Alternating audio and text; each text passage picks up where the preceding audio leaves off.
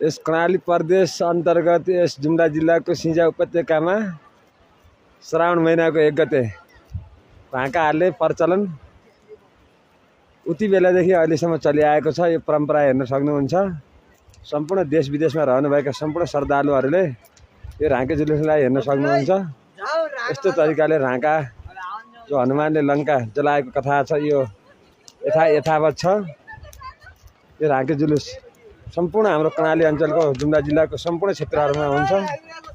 हाम्रो सम्पूर्ण यस्तो गरेर राँका हाल्ने चलन छ। राँका यो सम्पूर्ण देश विदेशमा रहनुभएका सम्पूर्ण इच्छुक श्रद्धालुहरू हेर्न सक्नुहुन्छ। देश विदेशमा यो श्रावण महिनाको 1 गते हो, जो हनुमानले लङ्का जलाएको दिन हो।